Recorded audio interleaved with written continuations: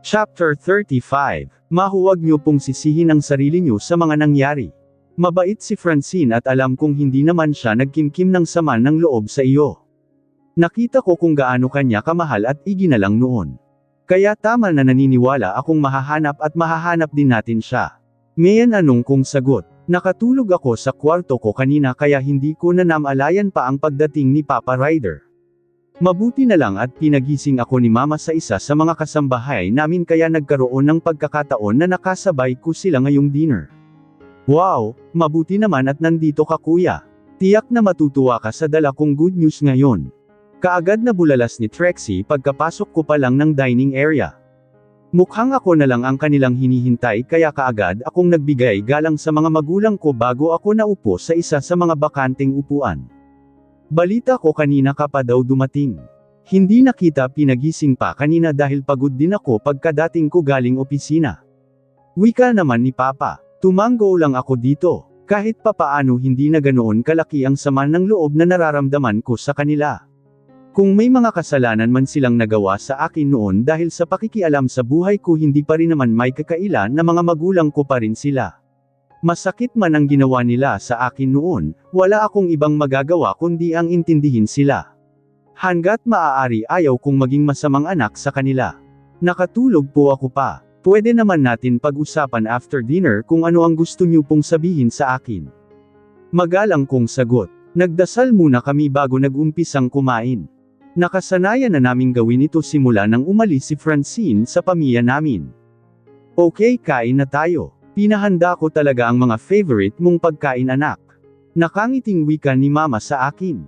Nilagyan pa ako nito ng pagkain sa aking pinggan kaya naman hinayaan ko na lang. Paraan ni Mama yun para ipakita sa akin kung gaano niya ako kamahal. Siya nga pala, hindi ba kayo interested sa balitang dala ko? Muling wika ni Trixie. Kita ko sa mga mata nito ang excitement kaya hindi ko maiwasan na magtaka. Kapag kasi nasa hapagkainan kami tahimik lang ito. Ano kaya ang nak-e ng kapatid kong ito at bakit mukhang nasa mood ito ngayon para magdaldo? Nasa hapagkainan tayo. Kumain ka na muna at mamaya na iyang kwento. Saway naman ni Mama dito. But Mom, importante po ang sasabihin ko. Gusto ko nang sabihin ngayon kung sino ang nakita ko kanina sa school. And besides, baka kapag malaman ito ni Kuya tiyak biglang mabuhay ang interes niyan, pang-i-incest ni Trixie. Kunot-noo ko naman itong tinitigan. Kailan pa ito naging makulit? What is it? Narinig ko namang tanong ni Papa Ryder habang nasa pagkain ang buong atensyon. Akmang susubo na din ako nang marinig kong muling nagsalita si Trixie. Nakita ko sa school kanina si Francine, sagot nito. Simpleng salita pero ang lakas ng impact sa pandinig ko. Parang bigla akong nawala ng lakas. Wala sa sariling nabitawan ko ang hawak kong kutsara at tinidor. Tulala akong napatitig dito, anong sabi mo? Nakita mo si Francine? Tanong ulit si Mama. Dahan-dahan naman tumanggo si Trixie. Yup at saglit kaming nagkausap, sagot nito sabay titig sa akin. Hindi ko naman malaman ang nararamdaman ko. Pakiramdam ko biglang namanhid ang buo kong katawan dahil sa matinding excitement. Tuluyan nang napukaw ni Trixie ang atensyon ko. Kung ganoon, tama ako posibleng si Francine ang nakita ko kanina na nakasakay sa kabilang sasakyan. Nasa paligid lang siya at gagawin ko ang lahat para muling mag-cruise ang landas naming dalawa. Are you sure anak? Narinig ko pang tanong ni Mama. Katulad ko nawala na din ang atensyon nito sa kanyang kinakain. Kaagad naman tumanggo si Trixie. Yes, nasa school siya kanina. Saglit kaming nagkausap at nagkumustahan, sagot naman ni Trixie. Bakas sa boses nito ang tuwa habang nagsasalita. Alam ko naman kung gaano sila ka-close noon kaya siguro ganito ang reaksyon niya ngayon. And kumusta siya? Ano ang sabi niya? Muling tanong ni Mama. Mukhang ayos naman po siya Maria. Of course, lalo siyang gumanda and she looks different na. Para siyang nag-mature ng kaunti and I don't know hindi ko ma-explain. Parang may nagbago sa pangangatawan niya na hindi ko moari. But isa lang ang nasisiguro ko, mukhang maayos naman ang kanyang kalagayan based na din sa kanyang hitsura at tindig, sagot naman Trixie. Parang nabunutin naman ako ng tinak sa puso ko sa nga sinabi ni Trixie. Kahit papaano lumuwang ang debidab ko sa isiping hindi naman siguro siya nahirapan simula nang umalis siya sa poder namin noon. Lalo siyang gumanda. Well, ibig lang sabihin maayos ang pag-aalaga sa kanya ng taong kumupkop sa kanya. Maayos ang pag-aalaga na ginawa ni Dominic sa kanya. Lalo siyang gumanda. Well, ibig lang sabihin maayos ang pag-aalaga sa kanya ng taong kumupkop sa kanya. Maayos ang pag-aalaga na ginawa ni Dominic sa kanya. Sa isiping yun parang may kung anong kurot akong nararamdaman sa puso ko. Masakit isipin na masaya na pala siya sa piling ng iba. Mukha nagtatanda talaga ako nito ng mag-isa. Paninindigan ko ang sinabi ko noon na kung hindi rin lang si Francine ang makakatuluyan ko, handa kong harapin ang buhay mag-isa hanggang sa mamatay ako. Saan daw siya nakatira? Bakit nagawa niya tayong tikisin sa mahigit 1 taon? Galit ba siya sa atin? Galit ba siya sa ginawa ko sa kanya? Napukaw ako sa malalim na pag-iisip nang marinig ko ang tanong ni Mama. Bakas sa boses nito ang pagdaramdam. Hindi ko maiwasan na may kuyam ang aking kamao, lalo na nang maalala ko na siya ang isa sa mga dahilan kaya nakalabas ng kondo ko noon si Francine. Kung hindi sana siya nang himasok noon, nasa tabi ko pa sana ang babaeng pinakamamahal ko. Hindi sana siya naaga ng Dominic na iyon sa akin. Baka nga masaya na kaming dalawa ngayon na nagsasama dahil balak ko talagang ilayo si Francine noon sa kanilang lahat. I don't know po. Pero kinumbinsi ko siya kanina na bumalik sa atin para maipagpatuloy niya ang pag-aaral niya. Pero tinanggihan niya po ako. Sabi niya pipilitin niya pa rin daw na matupad ang pangarap niya kahit na anong mangyari, sagot ni Trixie. Lalo akong nakaramdam ng lungkot. Isa lang ang napatunayan ko ngayon. Hindi na kami kailangan ni Francine. Kaya niya nang mabuhay na malayo sa anino namin. Sa bagay, saksakan ng yaman si Dominic at kaya nitong maibigay lahat ng gusto niya. Kay Dominic pa rin ba? Iya tumutuloy. Malungkot kong tanong. Pakiramdam ko may kung anong biglang bamara sa lalamunan ko habang tinatanong ang bagay na iyon. Alam ko naman sa sarili ko na kay Dominic sumama si Francine noon, pero gusto ko pa rin ang confirmation. Tanga na kong tanga, pero umaasa pa rin ako na walang ibang lalaki ang nagmamay-ari sa kanya. Sad to say, pero parang oo. Hindi niya itinanggi kanina sa akin noong tanungin ko siya. Kahit na nalilink sa ibang babae ngayon si Dominic, mukhang ayos lang naman sa kanya. Siguro dahil nasanay na siya or talagang gusto niya lang magpakamartir, but ang ipinagtataka ko lang sinundan ko siya kanina sa parking area. Maraming siyang kasamang bodyguards, which is imposibleng gawin ni Dominic kung hindi niya mahal si Francine, kung wala siyang pagpapahalaga kay Francine. Mahabang paliwanag ni Trixie. Hindi ko naman maiwasan na mapabutong hininga. Lalo akong nakaramdam ng lungkot. Mukhang wala na talagang pag-asa pa na madugtungan ng kung anuman ang namagitan sa aming dalawa ni Francine noon. Mukhang wala nang saysay ang paghahabol sa kanya dahil may iba na siya. Mukhang kailangan ko ng sumuko at hayaan na siya. Hindi niya ako mahal, at kung may iba nang nagmamay-ari ng kanyang puso, sino ba naman ako para hadlangan iyon? Mauna na po ako. Hihintayin ko na lang po kayo sa library, Dad. Walang gana kong wika sabay tayo. Biglang nawala ang appetite ko sa mga pagkain na nakahain sa harap ko. Pakiramdam ko may libo-libong karayom ang nakatusok sa puso ko dahil sa mga nalaman. Charles, anak, kumain ka muna. Pinilit ng mga tagaluto natin na ihanda ang mga putahe na iyan. Sige na, kahit kaunti lang, malagyan man lang sana ng laman ang sikmura mo. Pidgel ni Mama sa akin. Malungkot ko itong nginitian habang pidgel ko ang sarili ko, ang pagtulo ng luha sa aking mga mata. Ayos lang po ako, Maria. Kakain na lang po ako kapag makaramdam ako ng gutom. Sagot ko at nagmamadali ng tumalikod. Narinig ko pa ang pagtawag ni Papa Ryder, pero hindi ko na pinansin pa. Direko akong naglakad palabas ng mansion. Parang gusto kong sumigaw sa sama ng loob na nararamdaman ko ngayon. Napaka-unfair yata ng tadhana ni Katie ting hindi maalis-alis sa puso ko si Francine. Obvious naman na pag-aari na siya ng iba, pero heto ako parang tanga na umaasa pa rin sa pagbalik niya. Sa gilid ng pool ako dinala ng mga paa ko. Malungkot akong tumitig sa kalamdong tubig ng pool. Kung hindi lang kasalanan ng kumitil ng sariling buhay, matagal ko na sanang ginagawa iyon. Gusto ko nang takasan ang paghihirap ng kalooban ko. Hinayaan ko na ang pagtulo ng luha sa aking mamata habang nakatitig sa kawalan. Sobrang nangungulila na ako kay Francine. Sa isang pagkakamali na nagawa ko noon, hindi maipaliwanag na sakit ng kalooban ang naging kapalit. Kuya, Kaagad kong pinunasan ng luha sa aking mga mata nang maramdaman ko ang paglapit sa akin ni Trixie. Hangga't maari ayaw kong nakikita ako nitong nahihirapan. Tapos ka na bang kumain? Seryoso kong tanong. Napansin ko pa ang pagtitig nito sa akin bago nagsalita. Sorry, dapat pala hindi ko nalang inopen up sa iyo ang pagkikita namin ni Francine kanina. Ikaw tuloy ang mas nahihirapan ngayon, sagot nito. Malungkot akong napangiti. Ayos lang iyon. Much better na din na nalaman nating lahat na nasa maayos pala siyang kalagayan. Na inaalagaan siya ng Dominic na iyon, sagot ko. Pero alam mo kuya, nagtataka talaga ako.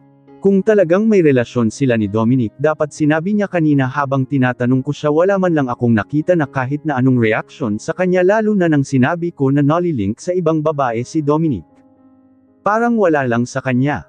Hindi kaya, wala naman talaga silang relasyon. Isa pa, habang kausap ko si Francine kanina, hindi niya man direktang maamin. Alam kong malungkot din siya. Matagal kaming nagkasama at kilalang kilala ko na kung anong klase siyang tao, mahabang wika ni Trixie. Naguguluhan naman akong napatitig dito.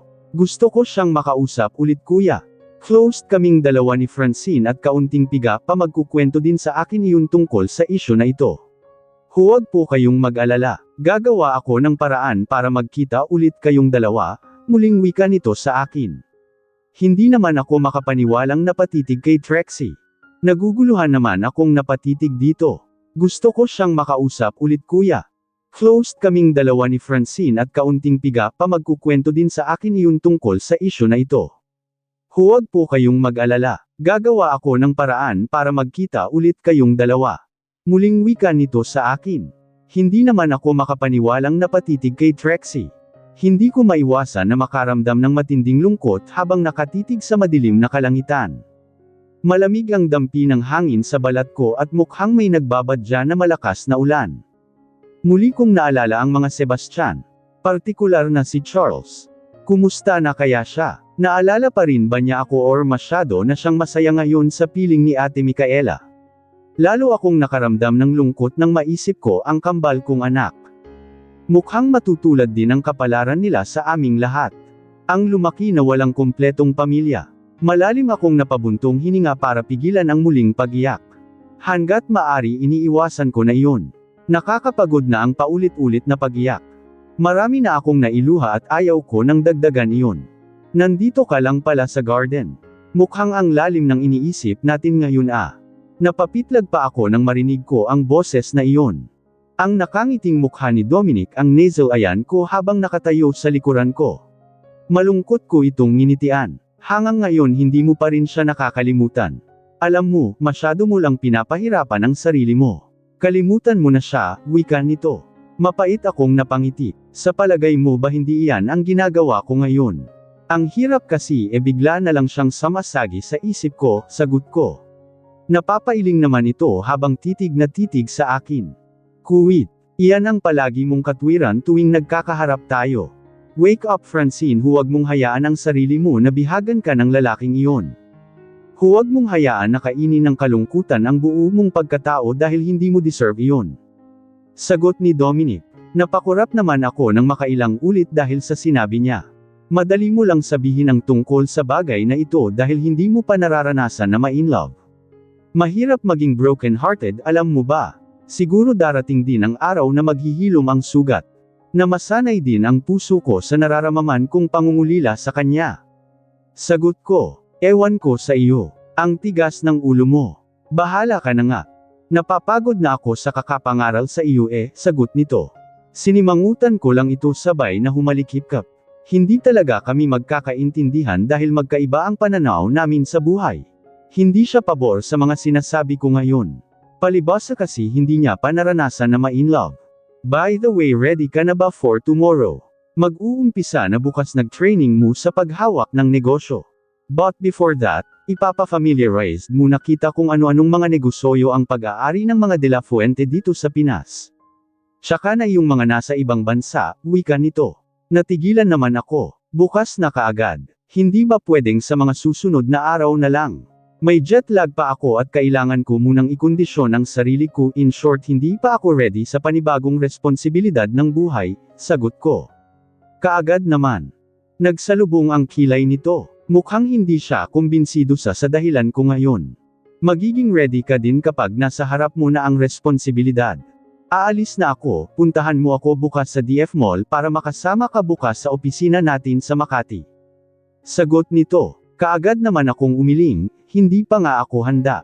Isa pa, alam ba ito ni Daddy? Sabi niya sa akin ay enjoy ko daw muna ang buhay ko dito sa Pinas.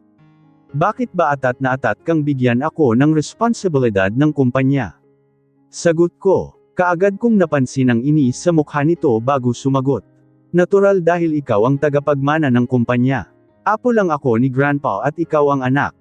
Mas malaki dapat ang responsibilidad mo sa mga ari-arian at mga negosyo niya dahil abala din ako sa mga iniwang pamana ng sarili kong ama which is kapatid mo. Sagot nito, natameme naman ako. Napatitig ako kay Dominic at ngayon ko na-realize na sobrang bigat na pala ang nakaatang na responsibilidad sa balikat nito. Hindi ko ma-imagine kung paano niya iyon nakayanan. Bakit ba kasi hindi nag-anak ng marami ang mga De La Fuente? Bakit ba kasi iilan lang kami sa pamiyang ito? Mabuti na lang talaga at unang pagbubuntis ko kambal kaagad ang lumabas. Kahit papaano may nagdagdag sa amin. Pero siyempre, ilang taon pa ang bibilingin bago sila mag-matured. Ilang taon pa ang bibilangan bago nila kami matulungan sa pagpapalakad ng mga negosyo namin. Meaning ilang taon din siguro ako nitong makukulong sa 4 na sulok ng opisina kung sakali.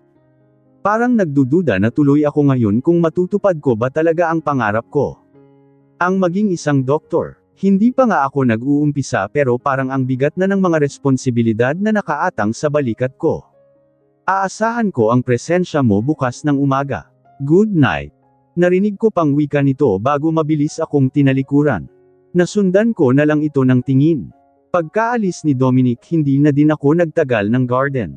Naramdaman ko na din kasi ang mahinang patak ng ulan at lalo pang lumakas ang hangin. Direko akong naglakad patungong nursery room ng kambal para tingnan kung tulog na sila. Kahit na may mga nag-aalaga sa kanila, sisiguraduhin ko pa rin na mabibigyan sila ng oras.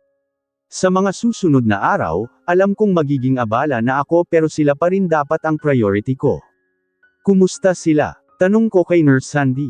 4 silang nag-aalaga sa kambal pero mag-isa lang siya ngayong gabi dahil naka-day off ang isa. Sa araw naman consistent ang 2 tagapag-alaga dahil mas mahaba ang oras na gising ang kambal. Ayos lang po Señorita. Mabilis naman po silang nakatulog pagkatapos nilang inumin ang milk nila, nakangiti nitong sagot. Tumago naman ako at naglakad ako patungo sa kinahihigaan ng kambal. Hindi ko maiwasan na mapangiti habang tinatitigan sila.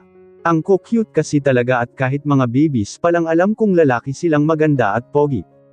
Pareho ko silang hinalikan sa noo bago muling binalingan si Nurse Sandy. Kapag may problema, huwag kang mag-atubili na katukin ako sa kwarto ko. Wika ko dito. Kaagad naman itong tumango kaya naman iniwan ko na ito sa nursery room. May CCTV na nakakabit sa bawat sulok ng bahay. Pati na din sa nursery room kaya naman namomonitor namin ang galaw ng bawat isa. Lalo na ng mga kasambahay kaya tiwala akong aalagaan nila ng maayos ang mga anak ko.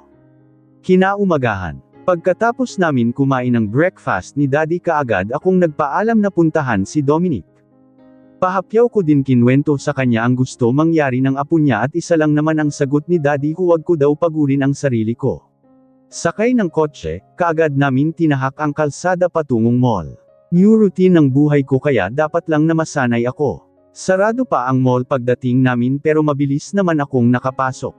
Sa opisina ang direko ko pero nadismaya lang ako dahil hindi ko naabutan si Dominic. Nasa site daw ito at hintayin ko na lang daw siya. Bakit ba kasi hindi mo ako in-inform na malilate ka pala? Kainis ka talaga. Halos pasig akong wika kay Dominic habang kausap ko ito ngayon sa cellphone. Narinig ko pa ang mahina nitong pagtawa bago humingi ng paumanhin. Sorry naman, akala ko kasi hindi ka darating eh. Magbasa-basa ka na lang muna dyan or mag-shopping para malibang ka. Sandali lang ito at maya-mayanan. Yan na ako, sagot nito. Lalo naman nagsalubong ang kilay ko sa baluktot nitong dahilan. Ano pa nga ba ang magagawa ko? Nako Dominic ka. Ayaw ko nang maulit ito. Kailangan din ako ng kambal at huwag mong sayangin ang oras ko.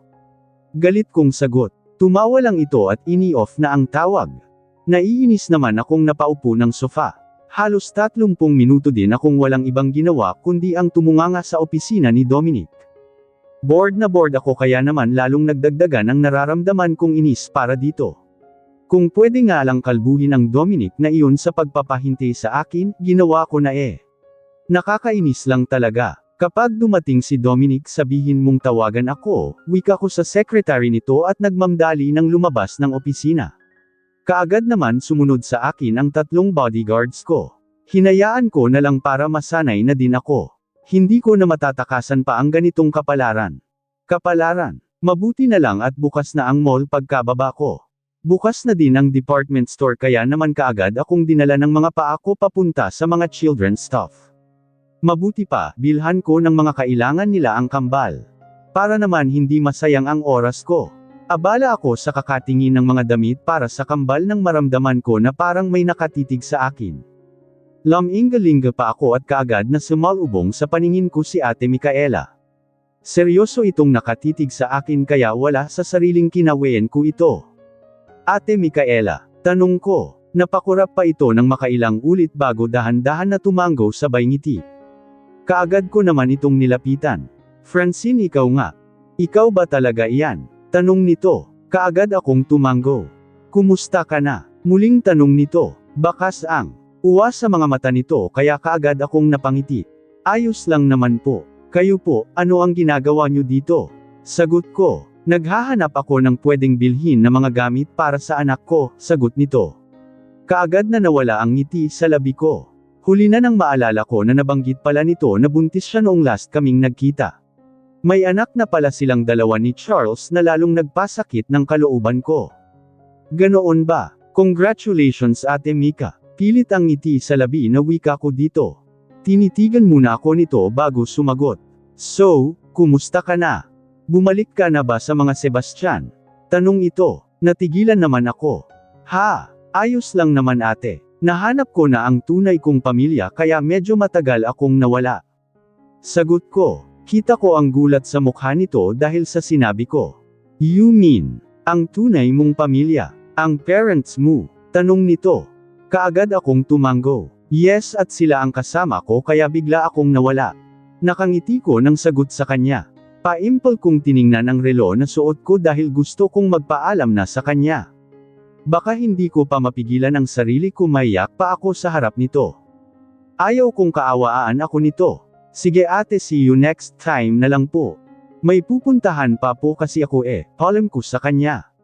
Are you sure? I mean akala ko may time ka pa. Yayayain sana kitang kumain muna. Medyo matagal na din tayong hindi nagkita at na-miss din kita, nakangiti nitong sagot.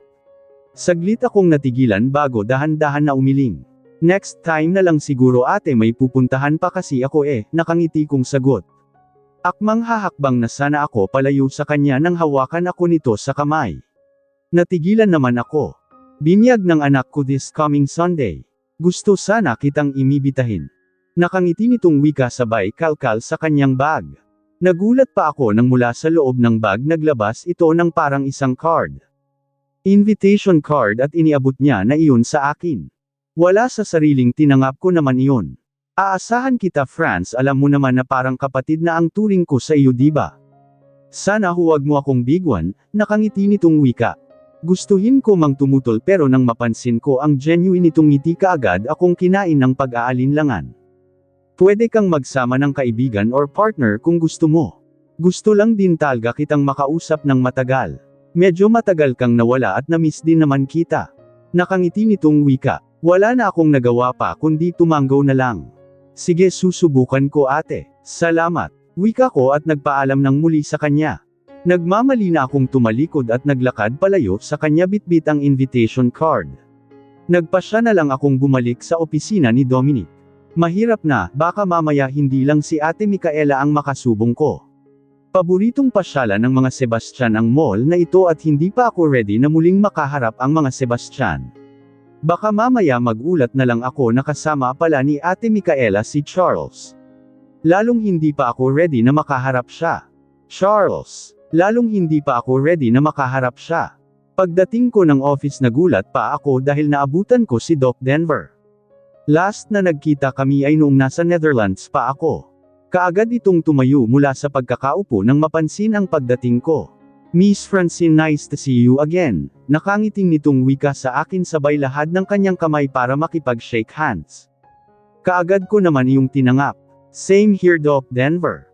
How are you? Tanong ko sabay upo sa tapat nito. Ayos lang naman. Buti na lang nabanggit ni Dominic na nandito ka ngayon sa office niya.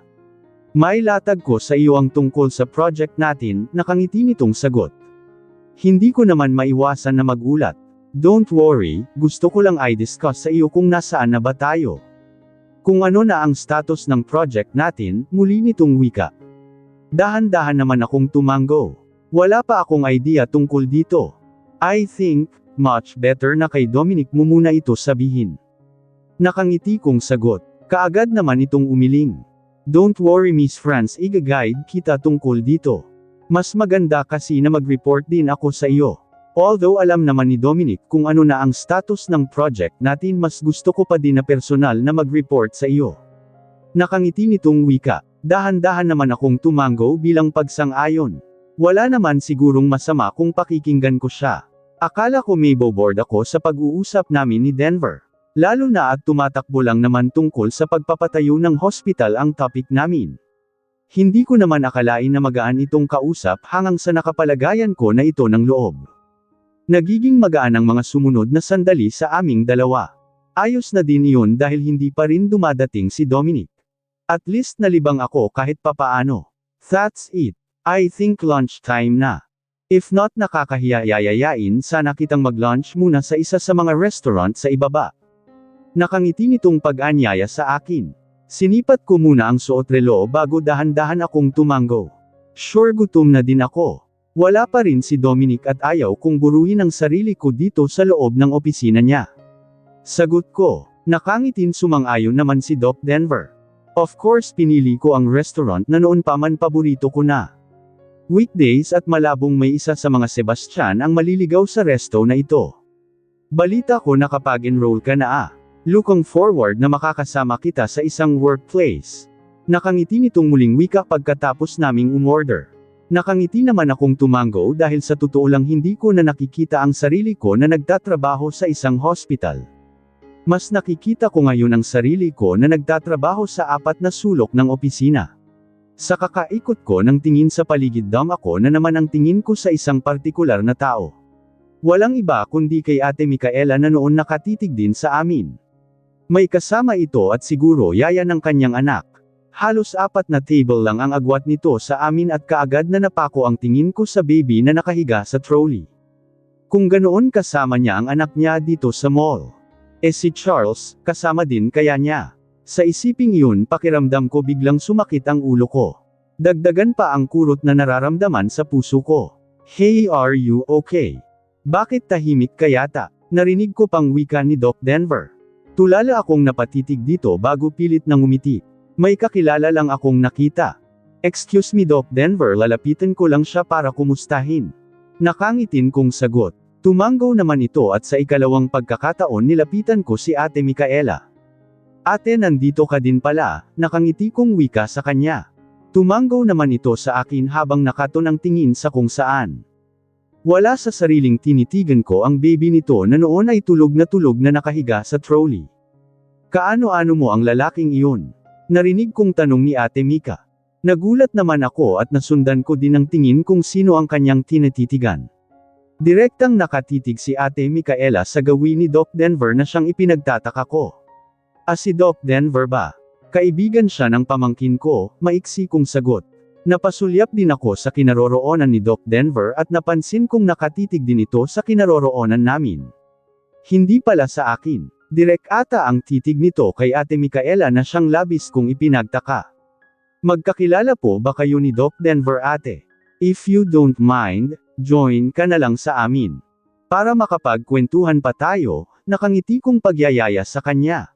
Noon pa man mabait ang pakikitungo sa akin ni Ate Micaela at sa kabila ng mga nangyari ayaw ko itong kamuhian. Gusto kong manatili ang pagkakaibigan namin kahit na asawa na siya ng lalaking mahal ko. May date yata kayo. Ayaw kong makaisturbo. Sagot nito. Hindi ko naman maiwasan na magtaka. Alumpihit si Ate Micaela at parang may itinatago ito. Muli akong napatingin kay Doc Dever na noon naglalakad na palapit sa amin. Doc Mica, nice to meet you again. Nakangiti pa nitong wika ng makalapit.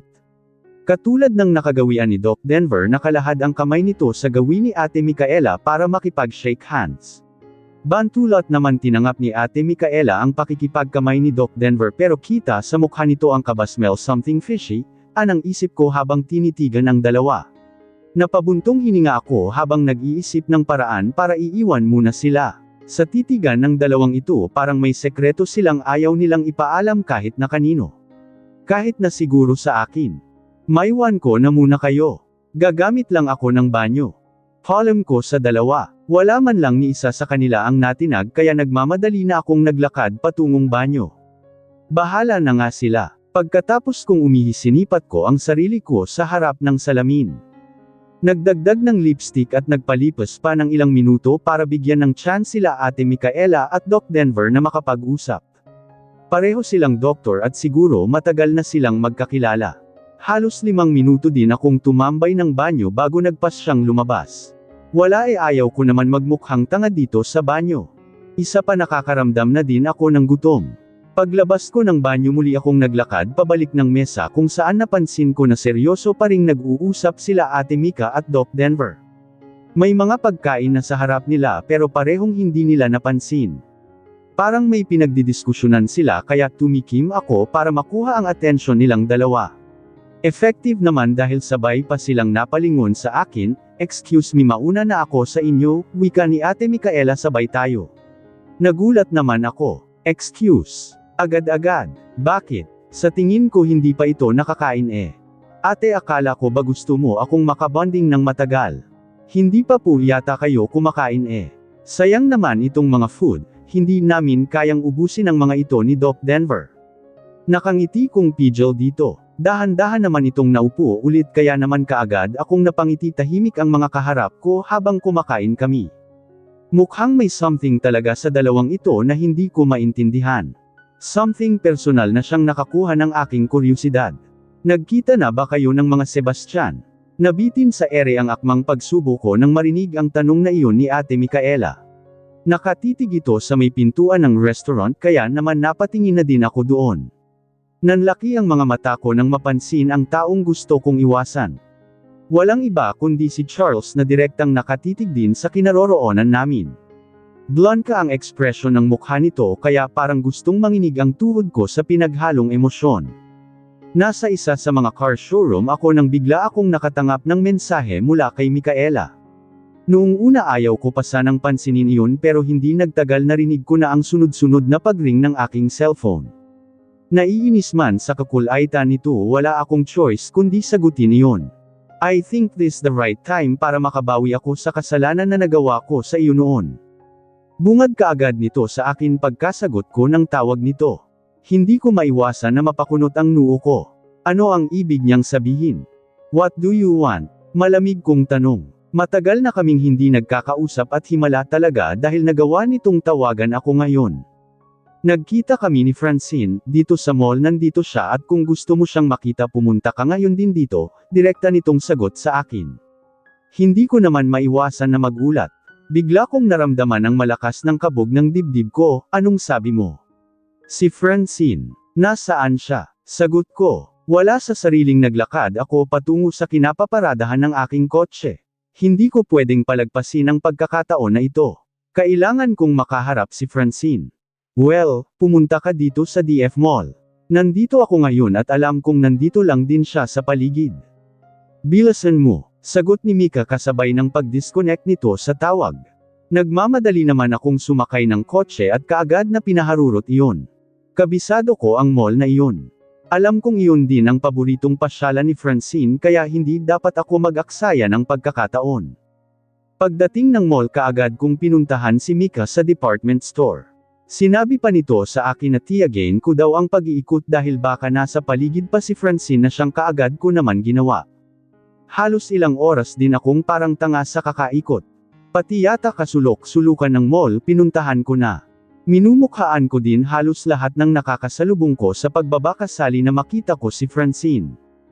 Pero bigo ako. Nanakit na lang ang mga paa ko sa kakalad at kaunti na lang susuko na ako nang marinig kong marinig ang pagtunog ng cellphone ko. Nag-message si Micaela na nasa restaurant daw siya kasama si Francine. Halos tumakbo ako makarating lang kaagad sa restaurant na tinutukoy nito. Excited na akong muling makita si Francine kaya naman pagkadating ko ay kaagad kong iginala ang tingin sa paligid. Hindi nga ako nabigo, kaagad kong nakita si Francine na kausap si Mika. Parang gusto ko tuloy maglupusay dahil sa sobrang tuwa. Mabait pa rin ang Diyos sa akin sa mahigit 1 taon na hindi ko nakita ang babaeng mahal ko, heto siya masisilayan ko na ulit siya. Napansin ko pa ang paglingon nito sa gawi ko kaya kaagad na nagtama ang aming mga paningin. Nginitian ko pa ito pero kaagad itong nag-iwas ng tingin. Hindi ko pa maiwasan na makaramdam ng inis lalo nang nagmapansin ko na may katabi itong lalaki. Hindi ko maiwasan na magtaka. Bakit ibang lalaki ang katabi niya gayong kay Dominic siya noon sumama? Ano ang ibig nitong sabihin? Pakiramdam ko biglang nanlamig ang buo kong katawan nang magtama ang paningin naming dalawa ni Charles. Mahigit 1 taon lang kaming hindi nagkita pero bakit ang laki ng ipinagbago nito? Miss France, are you okay? Narinig ko pang wika ni Doc Denver sa akin. Napakurap pa ako ng makailang ulit para pukalimian ang sarili ko. Nakakahiya kay Ate Micaela. Baka mapansin nito na hanggang ngayon pinagpapantasyahan ko pa rin ang kanyang asawa. Charles. Narinig ko pang sigaw ni Ate Mika kay Charles.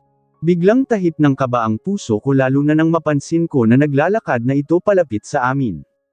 Hindi na ako mapakali sa aking kinauupan lalo nang mapansin ko hindi nito iniaalis ang tingin sa akin. Francine. Narinig ko pang sambit nito pagkalapit sa amin. Napasulyap lang ako dito sa bayu ko. Nice to see you again kuya. Mahina kong wika. Kabadong-kabado ako pero pilit ko pa rin pinapakalma ang sarili ko. Hindi nila pwedeng mahalata na apektado pa rin ako sa presensya ni Charles. Mahigit 1 taon na ang nakalipas at tanggap ko na dapat na hindi kami para sa isa't isa. Magkakilala kayo France? Narinig ko pang tanong ni Denver. Muntik ko nang nakalimutan na kasama ko ito. Wala sa sariling tumango ako dito. Si Kuya Charles sa kanila ako lumaki and kuya, si Denver isang kaibigan, pautal-yutal kong pakilala sa dalawa. Napaka-informal ng pagpapakilala sa kanilang dalawa pero wala na akong pakialam pa. Pakiramdam ko lumilipad na din pati laman ng utak ko dahil sa presensya ni Charles. Si Denver pa ang unang naglahad ng kamay pero hindi iyon tinanggap ni Charles. Buti na lang at sport lang itong si Denver at pa-imple niyang binawi ang kanyang kamay. So, nandito ka lang sa paligid. Bakit hindi ka nagpapakita sa amin? Narinig kong tanong ni Charles. Simula nang dumating ito sa table namin sa akin lang nakaton ang kanyang pansin. Lalo naman akong napayuko. I think we need to eat first. Mamaya na ang kumustahan pagkatapos natin kumain, wika naman ni Ate Micaela. Nahihiya akong napasulyap dito habang pilit na itinoton ang atensyon sa mga nakalatag na pagkain sa harap namin. Nagulat pa ako nang maramdaman ko ang pag-upo ni Charles sa tabi ko. May isa pang bakanting upuan sa tabi ni Ate Micaela pero sa akin talaga siya tumabi. Lalo tuloy nagregodo ng puso ko sa sobrang kaba. Anong gusto mong kainin miss? Narinig ko pang tanong ni Doc Denver sa akin. Hindi ko tuloy maiwasan na mapapikit.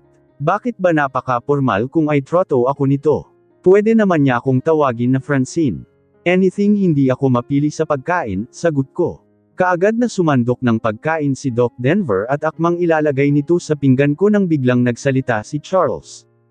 Ako na ang bahala sa kanya. Mas alam ko kung ano ang favorite niyang kain.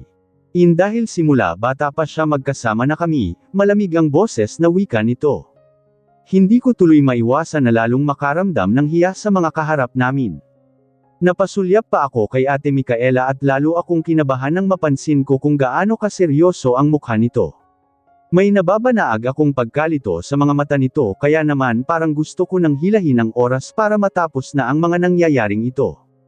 Hindi ko na kayang tagalan pa ang presensya ni Charles. Dapat talaga iwasan ko na muna itong mall na ito eh. Sinabi ng ito ang paboritong pasyalan ng mga Sebastian pero bakit ba napakakulit ng puso ko? Eat this. Mag-uusap tayo pagkatapos nating kumain. Malamig na wika ni Charles sa tabi ko. Tapos na nitong lagyan ng pagkain ang pinggan ko at parang gusto kong maiyak dahil hanggang ngayon kabisado niya pa rin ang mga paborito kong pagkain. Hindi pwede. May pupuntahan pa kasi kami ni Doc Denver, sagot ko. Pilit kong pinapakasual ang tinig ko gayong ang totoo sobrang lakas ng kabog ng puso ko. Kung parusa man ito mula sa langit mukhang hindi na ako makakatagal. Pakiramdam ko magkaka-cardiac arrest ako sa sobrang kaba ko. Wala tuloy sa sariling binilisan ko ang pagkain para matapos na. Ayaw ko ng ganitong pakiramdam. Hindi ako dapat maging marupok dahil ayaw ko talagang pumatol sa lalaking may asawa na. Saan ka nga pala tumutuloy, France? I mean, simula nang umalis ka sa mga Sebastian, saan ka tumutuloy? Casual na tanong ni Ate Mika. Parang wala lang sa kanya ang ginagawang pag-aasikaso sa akin ni Charles. Napasulyap pa ako kay Doc Denver na noon nasa pagkain ang buong atensyon. Ha, hindi ko pa po ba nabanggit sa iyo kanina na nahanap ko na ang tunay kong pamilya? Sa kanila na ako tumutuloy, sagot ko sabay yuko. Nahanap mo na. Bakit hindi ka nag-update sa amin? Alam mo bang matagal ka na naming pinapahanap? Miss na miss ka na ni Mama Ash at Trixie, sagot naman ni Charles. Halata sa boses nito ang inis. Hindi naman ako naniniwala sa sinabi nito na pinapahanap nila ako. Galit si Mama Ashley sa akin at alam kong hindi niya ako mapapatawad sa nagawa kong kasalanan noon. Walang dapat na ipag-alala. Maayos ang kalagayan ni Miss France, mas maayos pa kumpara sa noong nasa poder niyo pa siya. Nakangiting sabat naman ni Doc Denver. Mas maayos ang kalagayan ni Francine sa amin. Mga magulang ko ang nagpalaki sa kanya at saksi ako doon. Inis naman na sagot ni Charles. Oh really? I don't think so. Bakit malungkot si Miss France noong una naming pagkikita? Bakit kailangan siyang iris na putol ni Doc Denver ang sasabihin ng bigla akong sumabat? Denver, please. Hayaan mo na. Hindi mo na kailangan pang magpaliwanag. Ayos lang ako, pilit ang ngiti ko dito. Napansin ko naman ang lalong pagdikit ng kilay ni Charles. Mukhang hindi ito masaya closeness naming dalawa ni Denver, grabe naman siya kung ganoon nasa akin ang buong pansin niya gayong kaharap lang namin ang asawa niya. Hindi niya man lang ba naisip ang mararamdaman ni Ate Micaela? Baka mamaya kung ano ang isipin nito sa amin.